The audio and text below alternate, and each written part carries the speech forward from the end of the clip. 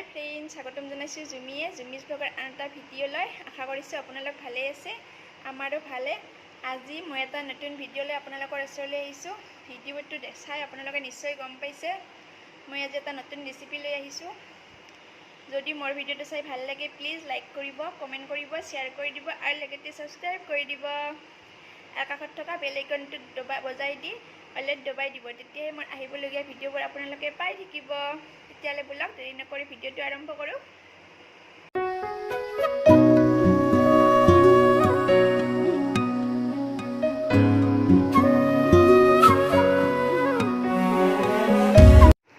হাই friends আজি মই টেঙাৰ তৰকাৰী ঘৰতে সহজতে কেনেকৈ বনাও এইটো ৰেচিপি মই আপোনালোকলৈ আগবঢ়াম টেঙাৰ তৰকাৰী গৰমৰ দিনত আমাৰ খুবেই প্ৰয়োজন টেঙাৰ তৰকাৰী এখন থাকিলে আমি খাবলৈ খুবেই ভাল পাওঁ সেয়ে মই কি পদ্ধতিত টেঙাখিনি বনাম আজি আপোনালোকৰ লগত শ্বেয়াৰ কৰি লওঁ টেঙাৰ তৰকাৰীখিনি বনাবৰ কাৰণে এয়া মই শ'ল মাছ লৈছোঁ এনেকৈ কুটি লৈছোঁ এয়া পিয়াজ এটা লৈছোঁ কেঁচা জলকীয়া নহৰু অকণমান শুকান জলকীয়া তিতা আৰু এইটো কলা সৰিয়হ আৰু ইফালে মই এইখিনি চাউলৰ গুড়ি লৈছোঁ মই জহা চাউল 1 ঘণ্টা আগত তিয়াই থৈ তাৰ পিছত মই পাতাত পিচি লৈছোঁ আৰু এইখিনি মই বগৰী টেঙা লৈছোঁ যেহেতু মোৰ লগত থেকেৰা টেঙা নাই এই কাৰণে মই এইখিনি বগৰী টেঙাৰে বনাম টেঙাৰ জলখিনি পিঠাগুড়িখিনিত মই অকণমান পানী এড কৰি দিম মিক্স কৰি ল'ম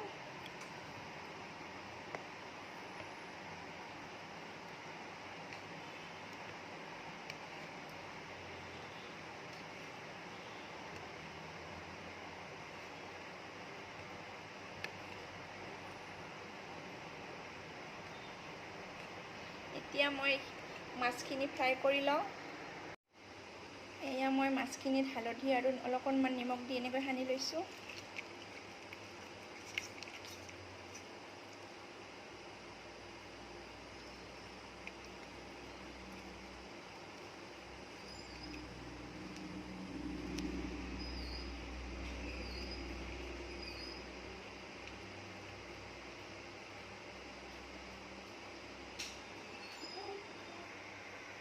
এয়া মই কেৰাহী বহাই দিছোঁ ইয়াত মিঠাতেল দি ল'ম মাছখিনি মই ফ্ৰাই কৰাৰ কাৰণে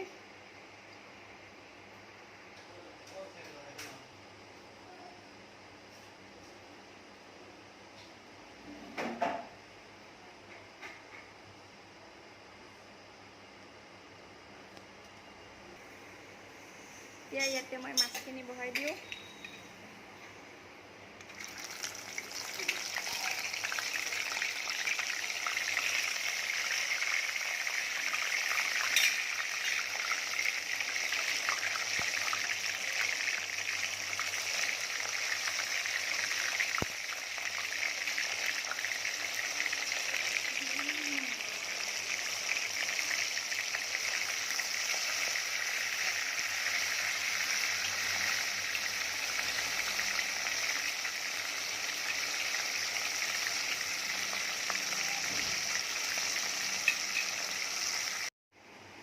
আমাৰ মাছ ফ্ৰাইখিনি হৈ গ'ল এতিয়া মই এইখিনি নমাই লওঁ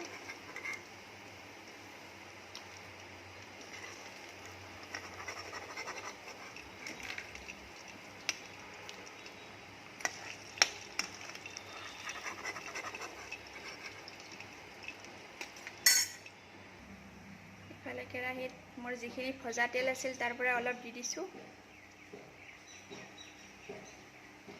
তেলখিনি গৰম হ'লে মই ইয়াতে সৰিয়হখিনি দি ল'ম সৰিয়হখিনি ফুটাৰ পিছত শুকান জলকীয়া দুটা দি ল'ম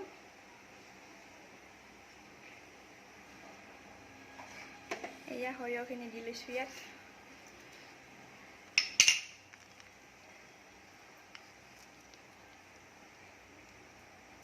এয়া শুকান জলকীয়া দুটা দি লৈছোঁ সৰিয়হখিনি ফুটিবলৈ আৰম্ভ কৰিছে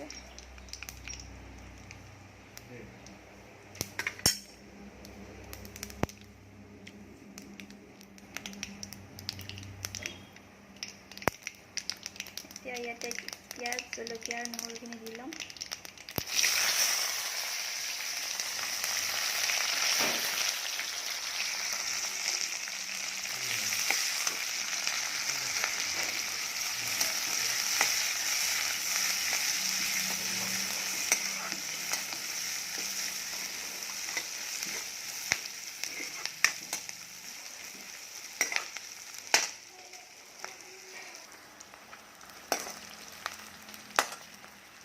ইয়াতে মই সোৱাদ অনুসৰি নিমখ এড কৰিম।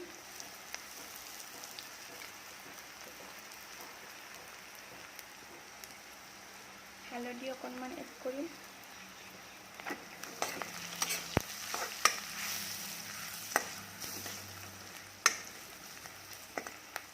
এতিয়া মই পিঠাগুড়িখিনি যে পানীৰে মিক্স কৰি লৈছিলোঁ, এতিয়া ডাঙৰ পাত্ৰ এটাত এনেকৈ মিক্স কৰি লৈছোঁ। এইখিনি এবাৰ লৰাই দিওঁ এনেকৈ।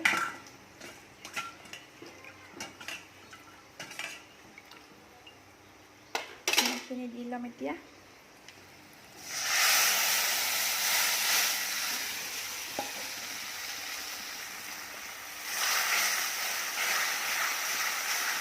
এইখিনি যাতে গোট খাই নাযায় এনেকৈ লৰাই দিম।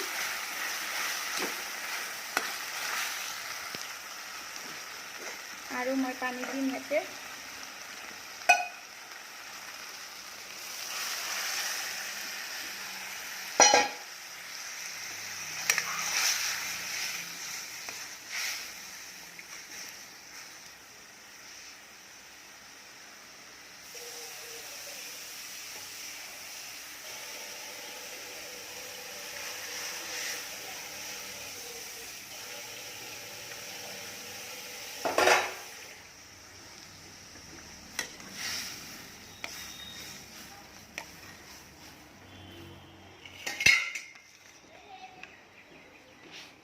এতিয়া মই বগৰী তেনেকৈ এইখিনি এনেকৈ বগৰীবিলাক ভাঙি ভাঙি দিম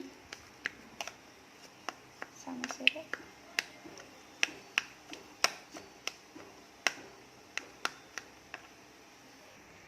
এতিয়া ইয়াতে মই বগৰী টেঙা দি ল'ম। বেছি নিদিওঁ, ইয়াতে মই আধাখিনি দি ল'ম, লাগিলে পিছত দিম।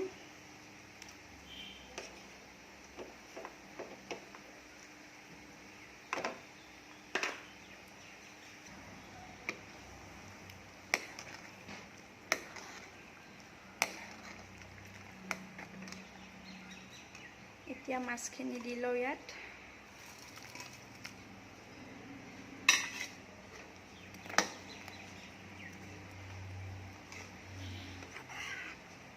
দহ মিনিট বইল হোৱাৰ পিছত তৰকাৰীখন আমাৰ ৰেডি হৈ যাব।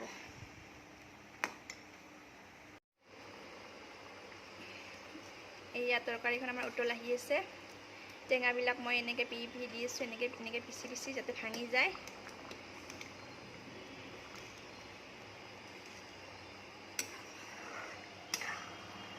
গৰমৰ দিনত আপোনালোকেও এনেকৈ টেঙাৰ তৰকাৰী ঘৰত বনাই খাবচোন, খুবেই ভাল লাগিব।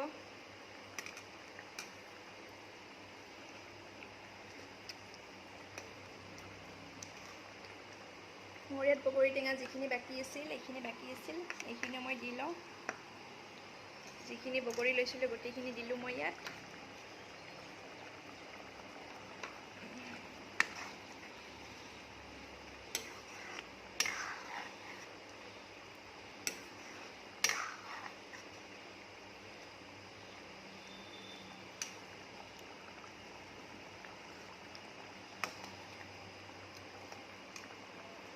এয়া আমাৰ টেঙা তৰকাৰী ৰেডি হৈ গ'ল। এতিয়া মই গেছটো নমাই দিলোঁ। এতিয়া গৰম ভাতেৰে গৰম টেঙাৰ তৰকাৰী খোৱাহে কথা আৰু।